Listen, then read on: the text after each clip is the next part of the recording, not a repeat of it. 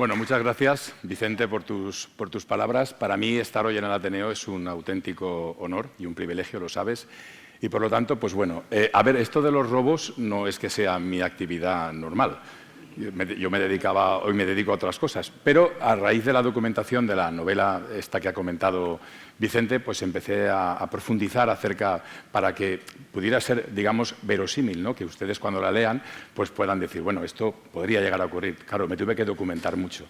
A partir de documentarme mucho me di cuenta de que todo lo que se trata de robos de arte y tal y como actúan los ladrones, pero también como actúa la policía, es francamente muy atractivo, ¿no?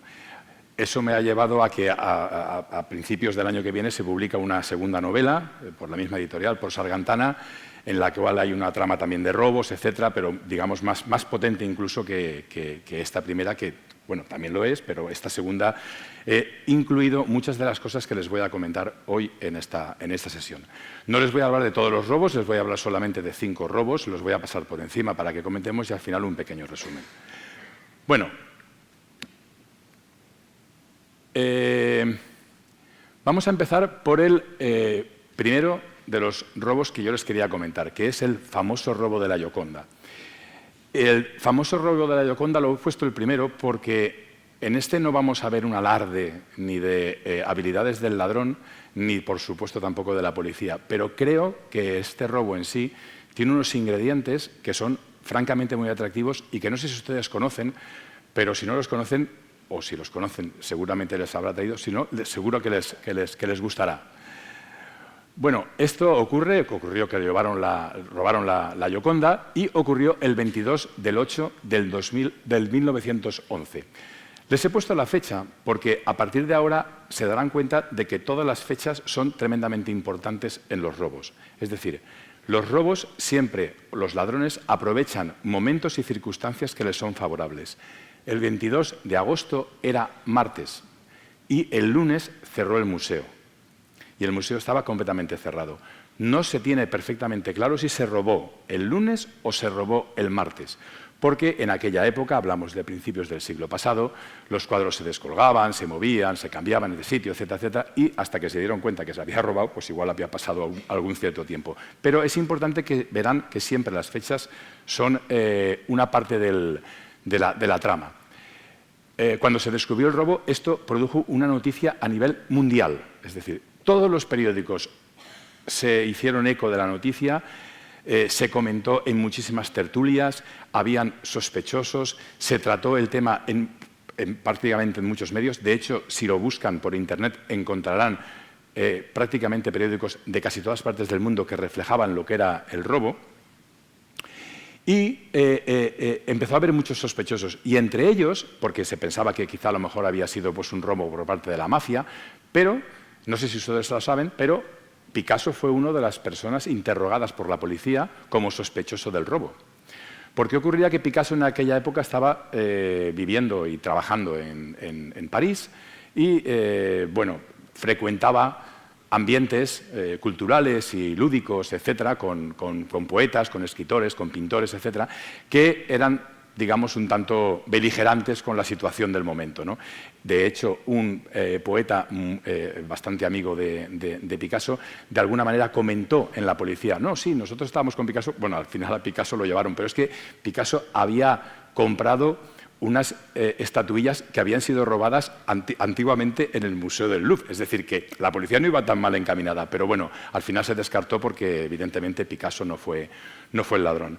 Entonces, a partir de aquí se abrieron muchísimas expectativas a ver quién podía haber sido, pasó el tiempo y no se descubría, y en noviembre del 1913, un señor cuyo nombre puso Leonardo, se puso en contacto con el director de la Galería de los Uffizi, en Florencia, y con un marchante de arte, y les dijo que él tenía el cuadro.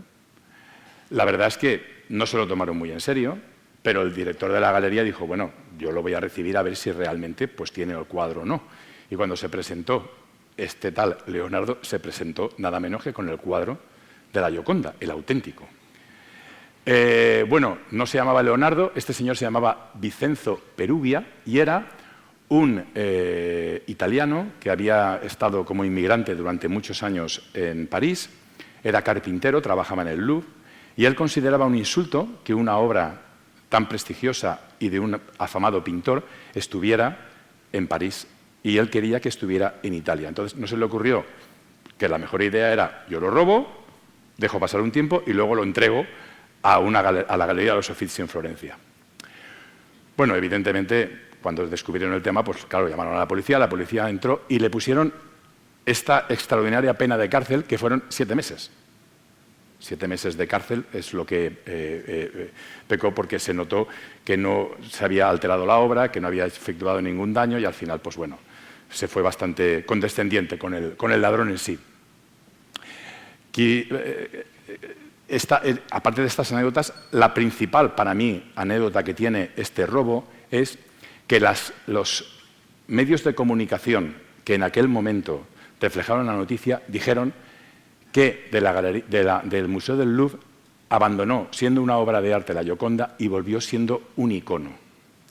Hasta tal punto llega esto que hay un artículo que se puede encontrar en la National Geographic, la revista prestigiosa de National Geographic, en la que el periodista, el autor del artículo, se atreve a decir que la extraordinaria fama de la Gioconda viene derivada precisamente del robo.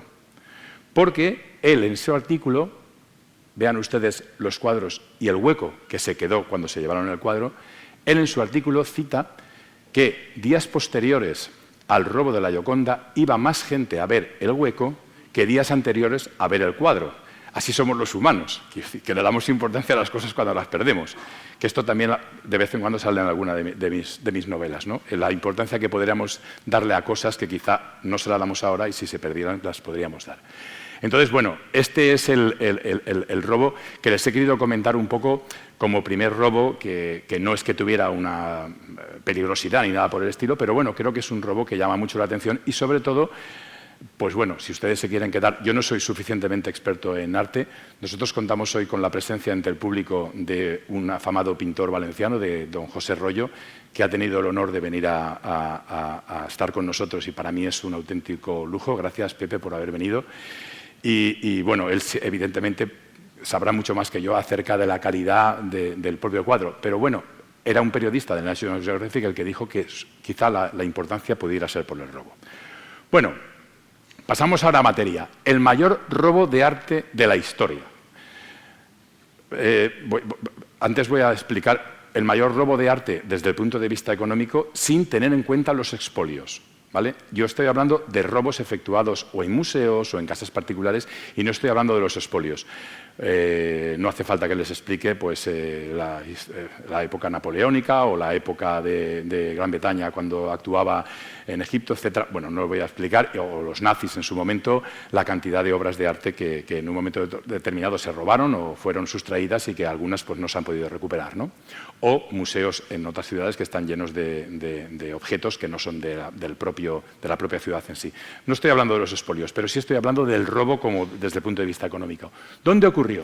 Ocurrió en Boston, en el Museo Isabella Stewart Gardner, que era una señora de muchísimo dinero americana, que fundó tenía un palacio muy bonito y lo donó entero para colecciones de arte y para poderlas exponer, con ciertas características un poco peculiares, porque la mujer parece ser que tenía ciertas manías de que no se podían tocar los cuadros, tenían que estar todos en la misma habitación, etcétera, etcétera. Con lo cual eso favoreció parte del robo, porque todo el mundo sabía dónde estaba cada cosa. Pero dicho esto, este museo, ahí tienen ustedes la fachada interna, lo que es el patio interior, es un museo precioso, pero es importante que sepan que no está situado en lo que es el centro de Boston, está situado un poco más hacia las afueras, ¿vale? Y a partir de aquí, bueno, es francamente pues, muy bonito, etcétera, ¿no?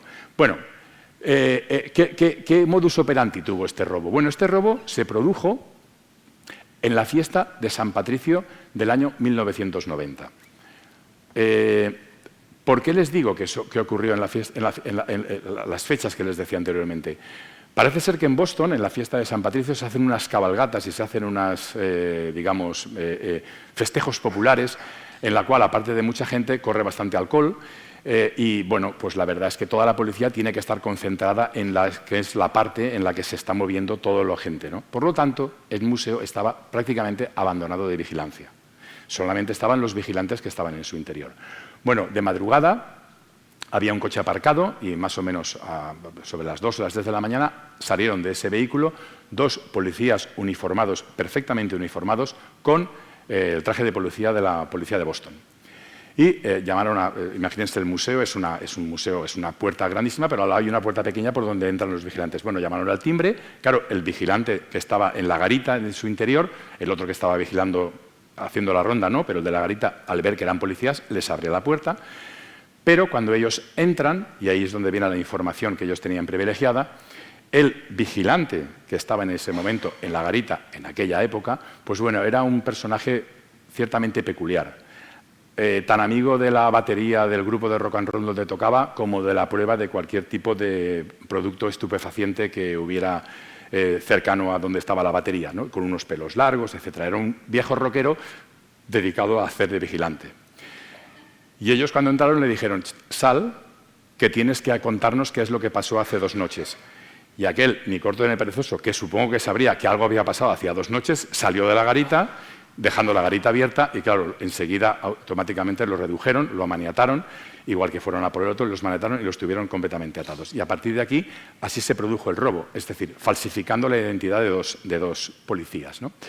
¿Y qué se robó? Pues, señores, se robaron 13 piezas muy determinadas de unos lugares muy concretos, es decir, se sabía exactamente qué es lo que los ladrones querían robar. Robaron 2 cuadros de Rembrandt, un autorretrato y luego un cuadro de Rembrandt, un Vermeer, Degas, varios cuadros. En total, un robo francamente muy importante. De hecho, uno de los cuadros que robaron fue precisamente este cuadro de Rembrandt, que es Tormenta en el mar de Galilea, que bajo mi punto de vista es un cuadro precioso, es un cuadro con todo el simbolismo y con toda tal como pintaba Rembrandt, pero aquí las escenas de Jesús con el gesto completamente calmado y sin embargo todos los apóstoles atemorizados por la tormenta es realmente impactante, ¿no? Bueno, este cuadro ya no lo vamos a ver más, salvo que se recupere, porque no se ha recuperado. Esto debe haber alguna persona, no sé si es algún tipo de magnate o algo por el estilo, que supongo que con un jacuzzi y con el puro estará conservando y viendo esta obra, pero esta obra no la podremos disfrutar porque de momento este robo no ha sido resuelto. Ahora les contaré qué es lo que ha pasado. Pero bueno, obras hasta de este impacto, ¿no?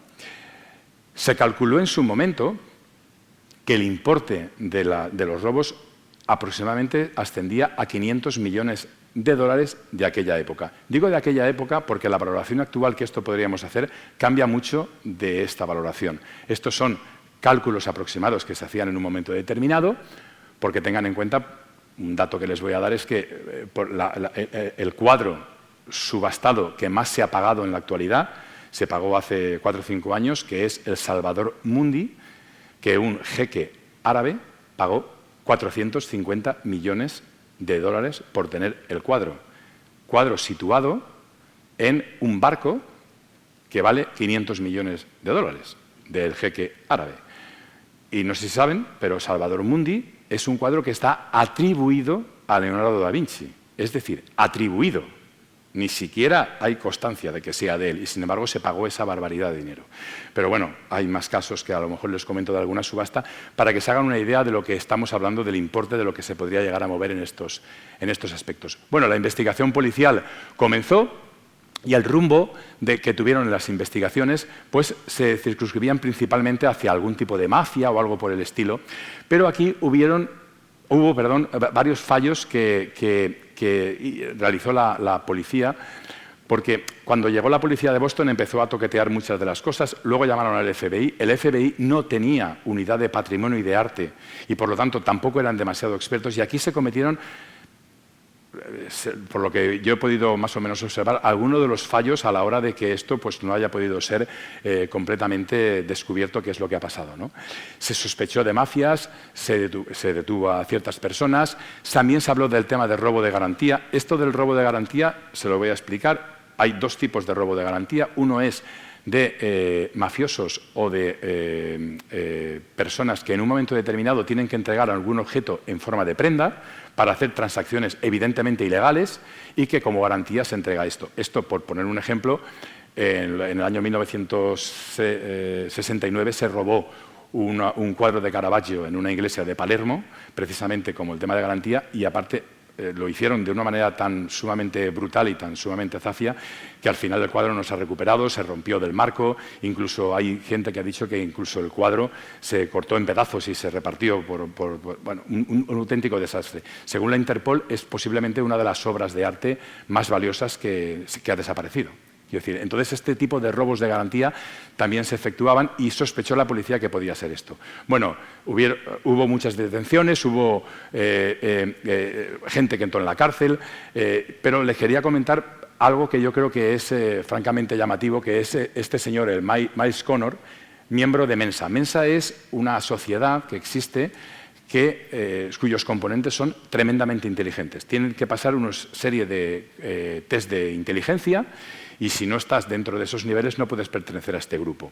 Bueno, pues este señor estaba dentro de este grupo. Y este señor había robado tiempo anterior un cuadro en este mismo museo, un autorretrato de Rembrandt. Pero él lo utilizó porque luego él se quería dedicar a un negocio aún más lucrativo que el del arte, que era el de la droga. Y como sabía que lo podían pillar, tenía un cuadro de reserva para poder negociar con la justicia, con el Poder Judicial, con los jueces o con la policía para entregar el cuadro para que le redujeran la pena.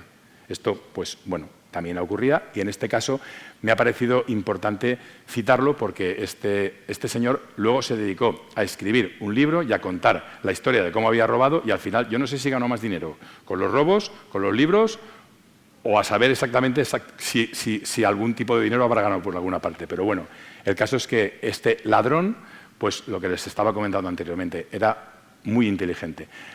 En las últimas épocas se solicitó la colaboración de Charles Hills. Ustedes me preguntarán, ¿quién es Charles Hills? Pues, es algo que les quería comentar porque también ocurre dentro del mundo de los robos de arte. Charles Hills era un detective, era un inspector de Scotland Yard.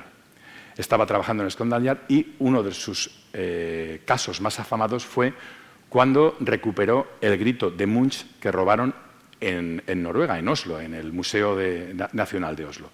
Se robó el grito y a partir de aquí la policía noruega, de hecho, en el robo se dejó una nota por parte del ladrón diciendo hagan ustedes el favor de cuidar mejor sus cuadros, que lo he robado muy fácilmente. O sea, encima con broma. ¿Vale? Y los noruegos que no estaban muy avezados en este tema, ¿qué hicieron? Pues lo que hace la gente inteligente y es arroparse en gente que sabía. Y le pidieron a este buen hombre que colaborase con él. Él hizo un plan magistral haciéndose pasar por un representante del Museo Paul Getty diciendo, cuando había una persona que quería vender evidentemente parte del grito de Munch. Entonces, el cuadro lo quería vender y este se puso en contacto con él haciéndose pasar por uno de los directivos del Museo Paul Getty.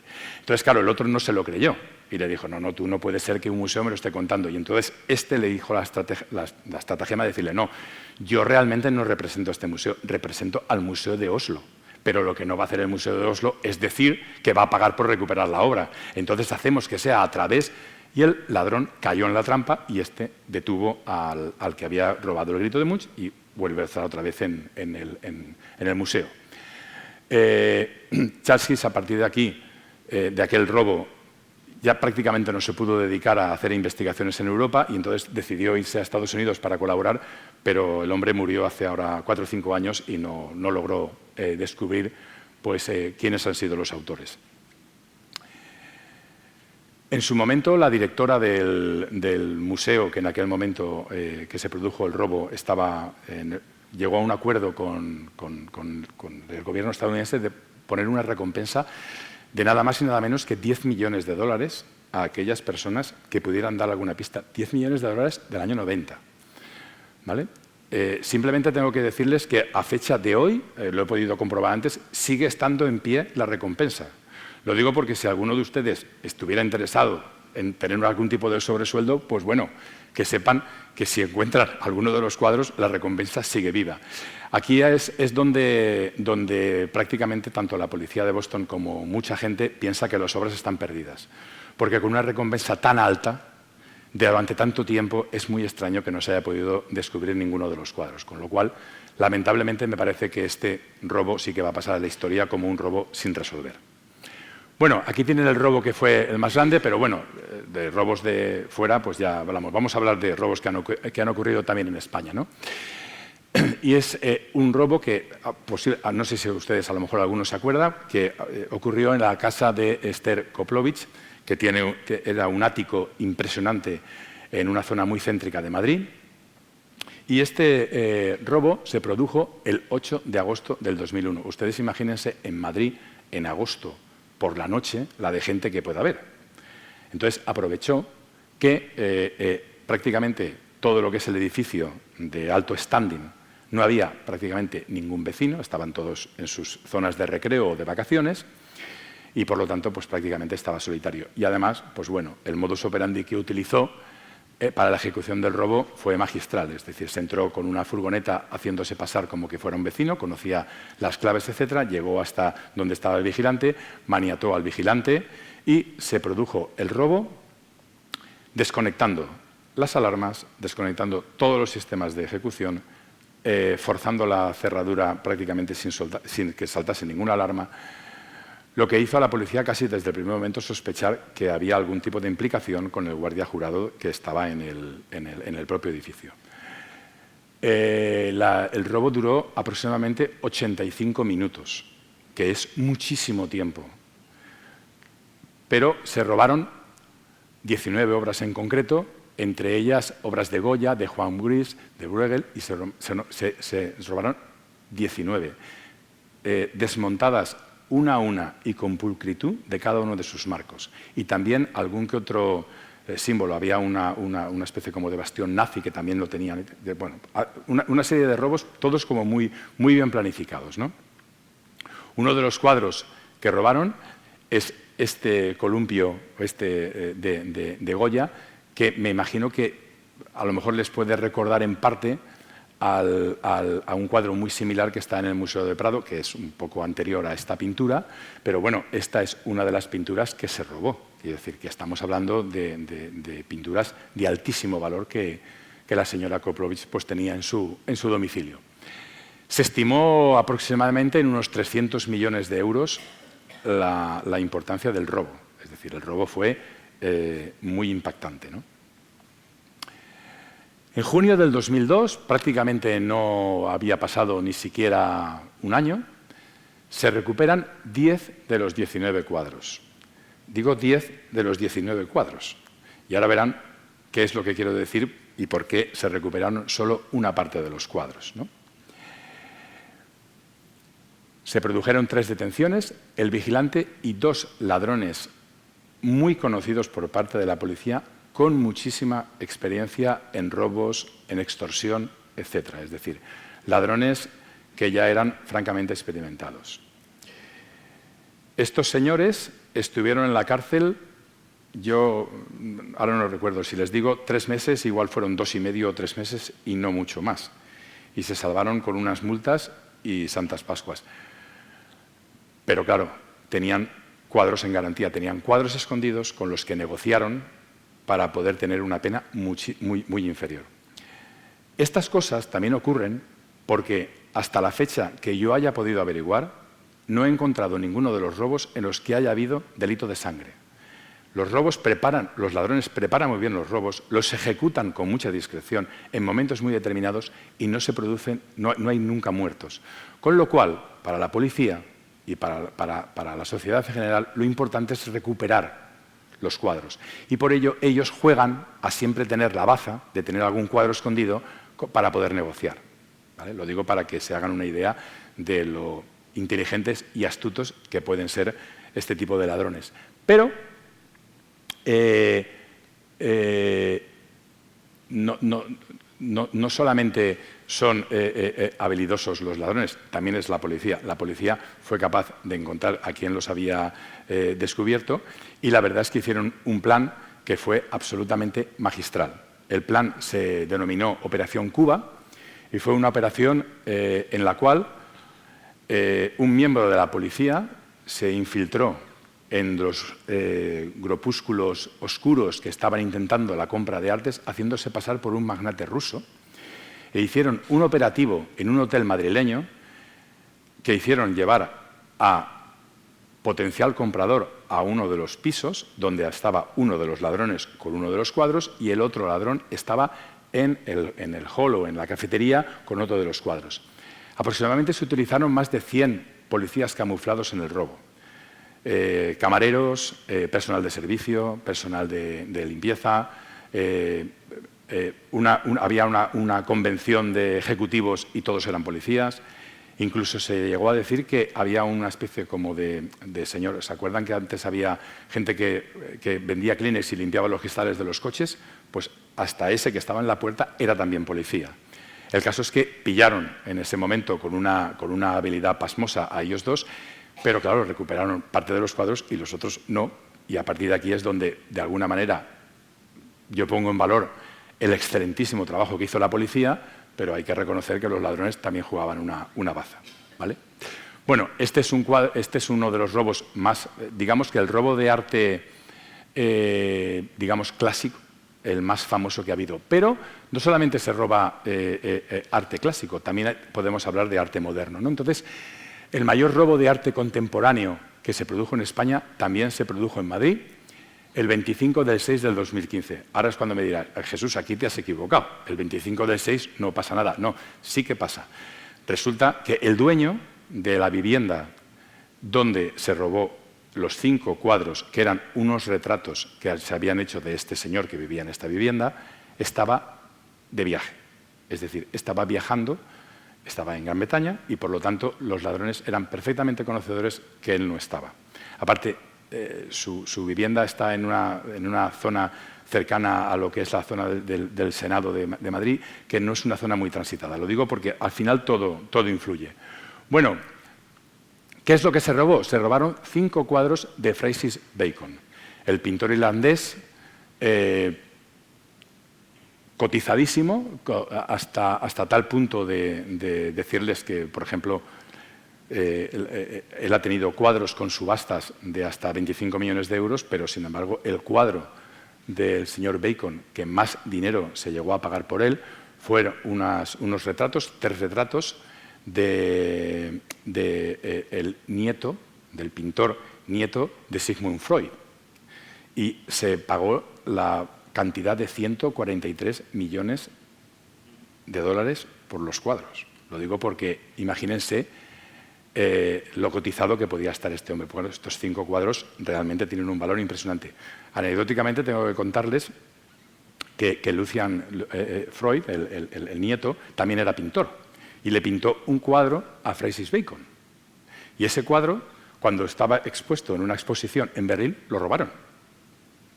Entonces, bueno, al final siempre hay un robo por algún sitio. Es simplemente una anécdota para que lo sepan. Bueno. Este no es el cuadro que robaron. Les he puesto un cuadro de Francis Bacon porque, bueno, él tiene una pintura, pues, francamente atrevida, criticada en algunos aspectos y muy valorada en otros, con unos cuerpos, pues, bueno, muy provocadores, etc. Pero, bueno, ya les digo, es un pintor muy cotizado. Bueno, el hombre ya está fallecido. Y bueno, estos 5 cuadros que se robaron, pues, tenían una importancia económica muy importante. El modus operandi de este robo fue muy similar a lo que pasó en la casa de Sterkovlovich. Se entró, se anularon todas las alarmas, se llegó a abrir la puerta de tal manera que se descubrió el robo cuando el dueño de la vivienda volvió de Gran Bretaña. Es decir, se volvieron a conectar las alarmas, se volvió a conectar todo, con lo cual hasta que él no llegó no se dio cuenta de que se había robado, ¿no? Este robo, uno de los aspectos que también es llamativo en él, es que no se tuvo constancia por parte del público hasta meses después. Esta es una estrategia que utiliza la policía en muchas ocasiones. Y es que cuando pueden mantener en secreto el robo, lo mantienen en secreto, por una sencilla razón, porque de esa manera ellos pueden abrir investigaciones que a lo mejor la gente, pues, o los ladrones, no saben por qué camino van. Entonces, esta noticia se ocultó. Hubo un periodista que la descubrió y, bueno, a partir de aquí le pidieron a la policía que aguantase un poco, pero al final la noticia saltó y entonces a partir de aquí pues ya todo el mundo fue conocedor de lo que había pasado, ¿no? Uno de los ladrones, o posiblemente alguien que tenía el cuadro, intentó venderlo y se puso en contacto con una agencia británica en la que le mandó una documentación para decirle que tenía los cuadros. La agencia británica fue muy habilidosa y colaboró directamente con la policía inglesa y con la policía española y le hicieron una trampa y le dijeron, oye, mira, es que esto que nos estás mandando nosotros no podemos saber que realmente sean los cuadros que tú dices. Necesitamos unos cuadros de mucha más calidad. Necesitamos que la calidad de las fotografías que nos envías sean como mínimo de esta calidad. Una calidad determinada. Y aquel cayó en la trampa y lo hizo. Posiblemente no sabía que esas fotografías con esa resolución y esa calidad llevan una marca que averigua qué cámara lo ha hecho y a partir de aquí empezaron a estirar hasta que se detuvo a personas que estaban implicadas en esta transacción. Y en 2 años se recuperaron 3 de los cuadros que habían estado robados en su momento en casa de esta persona que, según yo pude leer, era el último amante que tuvo Francis Bacon. Pero bueno, yo en esto no voy a entrar. La policía en el 2021 condenó a la extraordinaria multa de 3.600 euros a 4 de los procesados en este robo, porque no los condenó por robo, sino que los condenó por hacer negocios ilícitos con arte. Ustedes ya se pueden hacer una idea de que posiblemente haya algo detrás para que esto sea así. Pero el caso es que así es como terminó. Pero aún faltaban 2 cuadros. Entonces, alguien que es, al igual que les estaba antes hablando de Charles Hills, que fue una persona que colaboró con la policía y colaboró mucho para el intento, vamos a hablar ahora de Arthur Brand. Arthur Brand es un personaje francamente peculiar. Es un holandés afincado en Ámsterdam que toda su vida es un amante del arte y él se ha dedicado a colaborar con la policía para encontrar robos famosos de arte, principalmente de los expolios que se produjeron por parte de los nazis. Entonces, él ha descubierto muchísimos cuadros, obras y tal, pero su mayor hazaña fue el descubrimiento de los caballos, unos caballos inmensos de bronce preciosos que tenía Hitler en la Cancillería y que, en teoría, desaparecieron. Entonces, este señor se infiltró en grupos neonazis durante 2 años hasta averiguar dónde estaban. Y cuando ya encontró dónde podían estar, en una colaboración directa con la policía, en que se utilizaron más de 150 efectivos, recuperaron esos caballos que estaban robados. Bueno, este señor a partir de ahí escribió un libro y, bueno, hay muchísimas anécdotas porque, bueno, recuperaba Picassos y él es un hombre que, si lo buscan en Internet y oyen habla un español fabuloso, es una persona inteligentísima, habla inglés a la perfección, habla español, es un auténtico fiera. Y este señor, una de las cosas que contaba es que en una entrevista, es una anécdota, que cuando él recupera obras de arte, el periodista le preguntó, bueno, ¿y qué haces? ¿Las devuelves todas? Y dice, hombre, hasta la fecha sí. Dice, pero no el primer día. Yo me las dejo 3 o 4 días en casa y las veo yo solo, como si fueran solo para mí. La verdad es que, bueno, es una persona que hoy en día continúa teniendo una empresa que se dedica a esto y que colabora activamente con la policía. Pues este señor, a base de contactos, averiguó la información de que parecía ser que había alguien que estaba interesado en la venta de uno de los cuadros de Francis Bacon. Y, bueno, a partir de aquí, evidentemente, con la información que les había dado, lograron encontrar a más sospechosos y se llegó a detener en el 2024 a 14 personas. 14 personas de las cuales pues tampoco se crean que han habido ningún tipo de penas ni ningún tipo de condenas. ¿Y por qué? Porque todavía falta uno. Hay un cuadro que todavía no ha aparecido. Entonces, yo no sé, esto ya es una especulación mía porque cuando los robos ha pasado más tiempo, la historia te va permitiendo tener mucha más información. Como no se ha terminado todavía de resolver, son bastante opacos en la información, pero bajo mi punto de vista yo estoy absolutamente convencido de que la policía terminará por encontrar el quinto cuadro que falta, ¿vale? De momento todavía falta uno. Por lo tanto, si no quieren el de Boston, pueden también buscar este, que también seguramente habrá alguna recompensa. Bueno, a fecha de hoy sigue sin aparecer uno de los cuadros y bueno, aparecerá cuando buenamente se pueda, ¿no? Yo hasta ahora les he contado robos que han sido, digamos, bueno, aparte del de la Gioconda, que de alguna manera pues tiene ese punto nostálgico, ¿no? de un cuadro que todo el mundo conocemos y del pobre carpintero italiano que lo que quería era recuperar la obra para su ciudad. Todos los robos que les he contado han sido un poco pues, muy preparados y muy sofisticados, ¿no? Un poco, si ustedes recuerdan, hay veces que nos hemos encontrado con películas como puede ser La trampa, no sé si se acordarán, aquella de Sean Connery con Catherine Zeta-Jones, en la cual Sean Connery es el ladrón, Catherine Zeta-Jones es una persona que es una investigadora que trabaja para una agencia de seguros y entonces ella intenta engañar a Sean Connery haciéndole que colabore para un robo y bueno, al final, al final se hace una aventura divertidísima, con amor, con etcétera, pues lo lógico que puede pasar con este tipo de robos que siempre tienen ese atractivo. O bien, pues no sé, Arsène Lupin en sus novelas o en la serie que actualmente hay en una de las plataformas privadas que hay, pues bueno, son siempre casos en los cuales parece que la inteligencia y la preparación por parte de los ladrones es exhaustiva y por parte de la policía también. Pero no siempre es así. Hay veces que la incompetencia humana también juega a favor para que se produzcan robos o desapariciones importantes. Y aquí les voy a contar algo que muy poca gente sabe, que es el saqueo de la televisión pública italiana. ¿Qué es esto? Bueno, en mayo del 2021, en Roma, esta es la fachada principal de la radiotelevisión italiana. Ese es un caballo de Messina, un escultor italiano, que también había una reproducción pequeña en el interior. En la televisión, en las sedes de toda Italia, pues tenían una colección aproximadamente de unos 1.500 obras de arte, ¿vale? Y esta colección se ha ido fragándola la RAI durante un montón de años y en mayo del 2021 hubo un cuadro que se cayó. Se cayó nada menos que este cuadro de aquí, que se llama Arquitectura de Ottone Rosai, un pintor italiano que tenía una obra expuesta.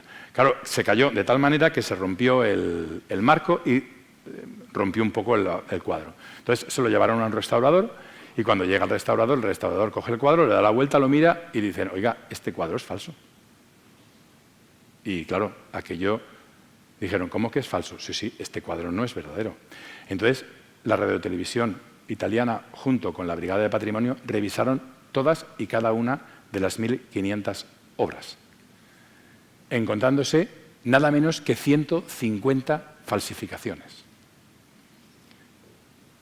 150 falsificaciones o robos de cuadros de Monet, de Modigliani, del caballo de Messina pequeño que estaba esto y que luego resulta que no era el original, sino que era otro.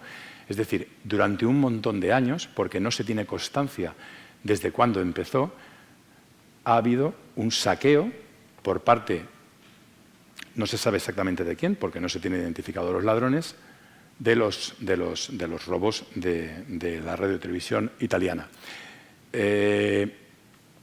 Tutela de Patrimonio hizo una investigación muy profunda, pero para los romanos para los italianos fue un auténtico escándalo, porque de alguna manera los italianos son muy amantes de lo que es su arte. La brigada de la tutela de patrimonio, los carabinieri italianos, es pues posiblemente junto con la española la policía más preparada, y encontrarse con este problema fue un problema muy grave. Pero además la sociedad se lo tomó muy mal. Porque nosotros, por ejemplo, tenemos nuestra televisión española, pero nosotros no somos conscientes de cuánto pagamos por la televisión española, pero los italianos sí. A los italianos les cargan todos los años unos 100 euros aproximadamente en el recibo de la luz, para que así no se escape nadie, y con ese dinero es con lo que se financia la radiotelevisión italiana. Entonces, claro, para la gente dijo, o sea, encima de que estoy pagando y que me estás cobrando por ver una televisión, encima no habéis tenido ni la tutela, ni salvaguarda, ni nada por el estilo. Bueno, a partir de aquí, se intentó averiguar quién podía ser, qué autores podían haber sido. La policía desde el primer momento sospechó de empleados dentro de las propias sedes de la radiotelevisión, pero bueno, al final sí que encontraron a un jubilado, un señor mayor, que intentó vender un cuadro por 25 millones de liras, que no sé si se acordarán que si la lira cuando habían pesetas ya valía poco, imagínense con euros. O sea, esto pues no sé si serán 1.000 o 1.500 euros, será una ridiculez. Y evidentemente cuando esto lo descubrieron ya no le pudieron hacer nada porque es que el delito había prescrito. Porque es que no se sabe desde cuándo, ¿no? Y hay para mí un aspecto que también es fundamental. Y es que en ningún momento el gobierno italiano ha citado las cantidades que yo les he dicho anteriormente. Cuando en Boston dijeron el importe es de 500 millones de euros, en los Koplovich dijeron 300 millones de euros, en los cuadros 25 millones de euros. Siempre dan una aproximación y aquí nunca se ha sabido cuál puede ser el importe. Con lo cual, a lo mejor no es el mayor robo el que he citado anteriormente, sino que a lo mejor pudiera ser esto, porque 150 obras de arte son muchas obras de arte, ¿no? Entonces, pues bueno, esto es un auténtico escándalo y el misterio sigue sin estar resuelto. Hay mucha opacidad, pero lo que sí que es verdad es que fue un auténtico escándalo, que no sé si ustedes tenían constancia de ello, pero bueno, ha sido una de las mayores estafas y robos que ha podido ocurrir. Digamos que estos son los robos más o menos que yo les he ido contando. Ahora haremos un pequeño resumen para que vean cómo más o menos funcionan normalmente los ladrones y la policía, y les traeré alguna pista más. Hay muchísimos robos más. He cogido estos 5 porque contenían las características principales de lo que yo les quería comentar para que tampoco esto fuera muy pesado. Les puedo contar que hubo también un robo bastante importante en España a finales de 1998-99, que ocurrió también en el Palacio Real de Madrid. Robo que ocurrió en agosto, cuando en el palacio estaban de obras, y se sustrajeron 4 cuadros, 2 de ellos, 2 Velázquez, y siguen sin aparecer. Lo digo porque son robos, y bueno, de estos hay muchos más, porque robos en exposiciones, en galerías, en domicilios privados y en museos, lógicamente cada vez hay menos, porque los sistemas de seguridad que actualmente se tienen, aparte de los avances policiales, hacen que se reduzca. Pero bueno, estos son los robos que les quería comentar. Vamos a hacer un pequeño resumen de quiénes son los protagonistas de los robos. Por un lado tenemos a los malos, ¿no?, en el cual siempre aprovechan un día concreto o unas circunstancias que les son favorables. Obras, festivo, no está el propietario en el domicilio. Es decir, son robos que están muy bien planificados para no encontrarse con sorpresas, principalmente por lo que les he dicho anteriormente, para no encontrarse luego con delitos de sangre. Esto es muy importante. Yo no he sido capaz de encontrar ninguno. Hasta me he atrevido a preguntárselo al ChatGPT, que no es una cosa que a mí me guste mucho. Y le he preguntado si ha encontrado ninguno y no ha encontrado tampoco ninguno. No sé si alguno habrá, yo no les puedo contar que lo hayan. Pero bueno, ellos aprovechan evidentemente las circunstancias y el día concreto. Y también siempre la condición humana en forma de coacción, de dinero o de incompetencia. Es decir, estos aspectos colaborativos, entre comillas, que siempre hay con los vigilantes de los museos, no se piensan muchas veces que es para enriquecimiento del vigilante.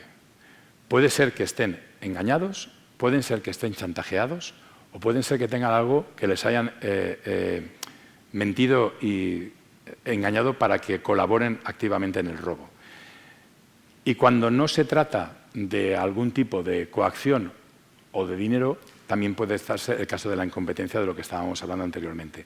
Pero hoy en día, robar en cualquier museo o en cualquier domicilio, etcétera, es francamente muy difícil y muy complicado.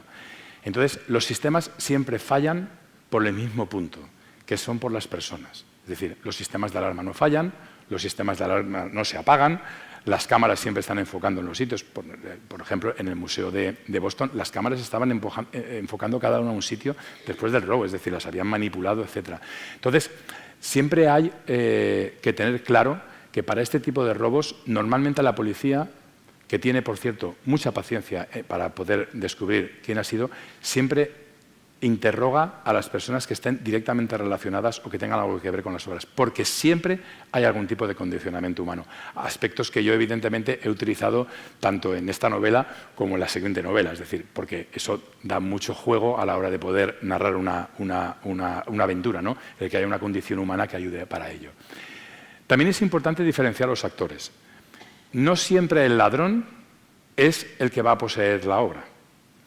Normalmente puede darse el caso de que el ladrón sea quien quiere especular o ganar dinero con la misma, pero también hay robos por encargo. Por encargo para que algún magnate pues, pueda disfrutar, o alguna persona muy potentada, o, volvemos a lo mismo, o por chantaje, es decir, por algún tipo de condición humana. Hay que diferenciar entre lo que es quién ejecuta el robo de quién realmente está detrás de la ejecución del robo. De hecho, es prácticamente claro que en el robo del Museo de Boston, quien efectuó el robo no tiene nada que ver con quien se ha quedado las obras. Es decir, está clarísimo, o por lo menos la sospecha es de que alguien muy interesado en tener esas obras es el que la posee, que evidentemente no es el que robó porque no tiene la capacidad para hacerlo. Y si hubiera tenido la capacidad para hacerlo, hubiera sido un ladrón y las hubiera intentado vender. Con lo cual, de ahí les digo que hay obras que no aparecen nunca y es porque seguramente alguien las tiene en el dormitorio de su casa para deleite personal. ¿Vale? Por lo tanto, hay que diferenciar estos dos actores. Uno es el ladrón y otro es el que paga. El concepto de obra de garantía, bien sea desde un punto de vista prendario para utilizarlo en algún tipo de transacción, que normalmente suele ser para otro delito, es decir, porque claro, si tú quieres hacer alguna transacción de droga no vas a entregar dinero a cambio, tienes que entregar algo que también esté en B, ¿no? Qué mejor que un cuadro robado. Entonces, bueno, esta garantía, y luego lo que les he comentado de la otra garantía, que es quedarse uno o varios cuadros, no necesariamente el de más valor, pero sí que tenga una cierta consideración y un cierto valor como moneda de cambio a la hora de poder negociar con la policía o con el Poder Judicial, ¿no?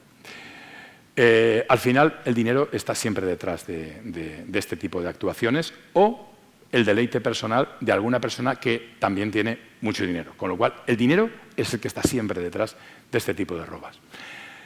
Y a mí me gusta hablar de los ladrones, pero me gusta mucho más hablar de los que los detienen, que es de la policía. Porque creo que hay muchas personas que desconocen la actividad de cómo trabajan las unidades de detección de este tipo de delitos, ¿no? Entonces, bueno, la policía, les voy a contar, en España, perteneciente a la UDEF, dentro de la unidad de la UDEF, está la Brigada de Patrimonio. La Brigada de Patrimonio se fundó en España en 1977. Si recuerdan, el robo del Museo de Boston era en 1990. Y ahí la CIA y el FBI no tenían expertos en artes. Y en el 77, en España, ya teníamos una brigada de patrimonio. Por ponerles un ejemplo, en Valencia también tenemos, desde el año 2014, tenemos una pequeña unidad dependiente de la policía de aquí de Valencia, y por ponerles un ejemplo, hace no más de 25 o 30 días detuvieron a varias personas con un intento de falsificación de unas subastas de obras de Dalí, de Picasso, etcétera, que estaban valoradas en aproximadamente 5 o 6 millones de euros. Y habían cerca de casi 30 obras, un Andy Warhol, había muchas obras. Y todo fue una detección por parte de la unidad valenciana de la unidad de patrimonio. Pero es que además no solamente tenemos la unidad de patrimonio, sino que también la Interpol. La Interpol y la Europol tienen unidades especializadas solo para delitos de arte. Solo para delitos de arte. Porque la cantidad de dinero que mueve los robos de arte es inmensa. Luego les daré unas cifras, pero simplemente que se hagan a la consideración de que es muy, muy importante. La Interpol colabora principalmente con 4 unidades en Europa: italiana, francesa, española y portuguesa. Estas 4 unidades son las más importantes que hay en Europa, posiblemente porque son los 4 países que más condensen obras pues muy famosas. En España tenemos obras de arte todas las que queramos. En Italia, no les quiero decir, y en Francia pues pasa exactamente lo mismo, y en Portugal. Y hay una interconexión entre las policías que es francamente sorprendente. Además, tengo que decirles que yo me he leído las 50 o 60 páginas que contiene la información de cómo funcionan los grupos operativos de la Interpol. Constantemente están alabando precisamente a la policía española por cómo trabaja en estos aspectos, ¿no? Para que se hagan una idea de lo que significa el robo de arte, la Interpol ha generado una aplicación que pueden ustedes descargarse en su teléfono móvil, ahora no porque don Vicente nos ha dicho que no los utilizásemos, pero luego, que se llama ID Art. Es sencillísimo, ustedes la buscan en su buscador donde se descargan las explicaciones y por ese nombre les aparecerá una aplicación de la Interpol. Ustedes la descargan, se descargan en 1 minuto y a partir de aquí pueden ustedes consultar todo el stock de obras robadas que tiene controlada actualmente la Interpol. Antes de venir aquí lo he mirado para darles una cifra aproximada y tenía cerca de 54.000. ¿Vale? Cada uno de los cuadros o cada uno de los objetos está... El único problema que tiene es que es en inglés. Lo digo porque si a lo mejor quieren poner Velázquez, igual les sale 0, pero si ponen Velázquez, les salen los cuadros robados, ¿no? Pero se sorprenderán de la cantidad de cuadros que puede haber de Dalí, o que puede haber de Picasso, o que puede haber... que no todos son cuadros grandes, pueden ser que sean pinturas, que sean bocetos, que sean tal y cual, pero la policía y la Interpol tienen además un detallado informe de todo. E incluso ustedes pueden llegar a ponerse en contacto, porque si ustedes un día van a casa de algún familiar o algo por el estilo, no, familiar no, porque lo sabrían, pero de algún amigo y tiene un cuadro muy y dice, este cuadro se lo ha robado, le haces una foto y se lo mandas a la Interpol. Estén ustedes seguros de eso, no sea que la líen. Lo digo porque, claro, hacer eso en casa, ¿tú por qué haces la foto? Pero bueno, se puede incluso llegar a contactar con la Interpol. Tengo que decirles que la policía española, la unidad de patrimonio, tanto valenciana como española, una de los mayores colaboradores que tiene la policía en estos aspectos son afamados pintores españoles, como antes les he comentado de José Royo, que evidentemente son personas que colaboran con la policía a la hora de que les puedan ayudar a identificar si una obra es o no es de un autor, etcétera, etcétera. O que puedan estar afectados también ellos en algún tipo, ya no necesariamente de robo, pero también puede ser de falsificación. Pero vamos, si se quieren descargar la aplicación, para pasar un rato está bien, luego si quieren la borran y ya está. ¿Vale? Les he comentado del tema de Arthur Brand y de Charles Hills, ¿no? De esto hay más gente, que son detectives y unidades privadas, que se dedican pues, a colaborar con la policía para intentar encontrar a los ladrones. Tengan en cuenta que la mayor parte de estos casos se tienen que hacer 2 aspectos que son fundamentales. Una de ellas es infiltrarse, porque claro, para poder contactar con las personas que han robado, que ya hemos quedado que eran personas inteligentes, el policía también tiene que ser francamente inteligente. Entonces, infiltrarse en este tipo de actuaciones les lleva mucho tiempo. Les he contado que Arthur Brand estuvo 2 años infiltrados en grupos neonazis. En el caso del robo de las Kolblovich, un policía se hizo pasar por un magnate ruso y estuvo infiltrado durante bastante tiempo. Pero es que además, tengan ustedes en cuenta que muchas veces esta policía tiene que estar lo suficientemente preparada para en el momento de detener al ladrón, sean capaces de reconocer que la obra que le está entregando sea la auténtica. Porque, claro, imagínense ya, sería el colmo, ¿no? Que hayan robado una obra, que vaya uno a comprarla, que le intenten colar una falsa y que al que se la cuela sea la policía. Ya sería el colmo. Entonces, hay veces que les toca colaborar con alguien que sea capaz de reconocer que la pintura lo sea. Lo digo porque esto tiene una serie de montaje que es, francamente, bajo mi punto de vista, muy atrayente desde el punto de vista de las unidades policiales, ¿no? Que son gente pues, muy, muy preparados. Y algo que vuelvo otra vez a citar, y principalmente ocurre por el tema de que no hay delitos de sangre, es que la policía tiene como prioridad máxima recuperar la obra. Por lo tanto, no se extrañen que tardemos un tiempo en recuperar el 5.º cuadro de Francis Bacon, porque ante todo lo que se intenta es preservar que la obra no sufra ningún daño. Y por lo tanto son muy pacientes y utilizan mucho tiempo para intentar encontrar. Por lo tanto, si se enteran de algún tipo de delito o la próxima vez que lo vean, piensen que están trabajando muy lentamente, siempre con mucho sigilo, porque la prioridad es la obra. De hecho, antes les comentaba lo de Miles, el ladrón tan inteligente que había robado, que muy posiblemente a él lo metieron en la cárcel por un delito de droga y salió relativamente pronto. Y salió relativamente pronto del delito de droga porque les había comentado anteriormente que él había robado un autorretrato de Rembrandt que casualmente fue devuelto. Entonces, lo digo porque normalmente no suelen haber. Por lo tanto, la obra es francamente importante. Y no quería dejar pasar algo que no es motivo de esta conferencia, esto daría para otra conferencia, que no es, yo de esto sí que no lo domino igual, tampoco es que domino lo otro, pero me he documentado más, que son el mundo de las falsificaciones. Es decir, si sumamos la cantidad de dinero que se mueve entre los robos de obras de arte y las falsificaciones, estamos hablando de delitos que mueven tanto dinero como podría ser el tráfico de armas, el tráfico de drogas o la prostitución a nivel mundial. Es decir, son muchos miles y miles de millones lo que se mueve aquí. En falsificaciones, también. En falsificaciones es lo que actualmente más esfuerzo le está costando a las unidades de patrimonio porque, claro, por mucho que las agencias de subastas, por mucho que existan empresas que certifiquen, por ejemplo, en lo que les he comentado anteriormente del caso que ocurrió hace pocos meses de la brigada de aquí de Valencia, los cuadros que se iban a subastar estaban falsificados los certificados de autenticidad. Es decir, hasta falsifican los certificados. Es decir, si ustedes mañana van a una galería de arte y dicen es que yo tengo un cuadro en casa que creo que es de un pintor famoso, ustedes intenten hablar con ellos y verán la de pegas que le ponen, hasta que no se sepa que realmente lo es. Lo digo porque este mundo de las falsificaciones es algo que mueve mucho dinero, igual que el del robo de arte.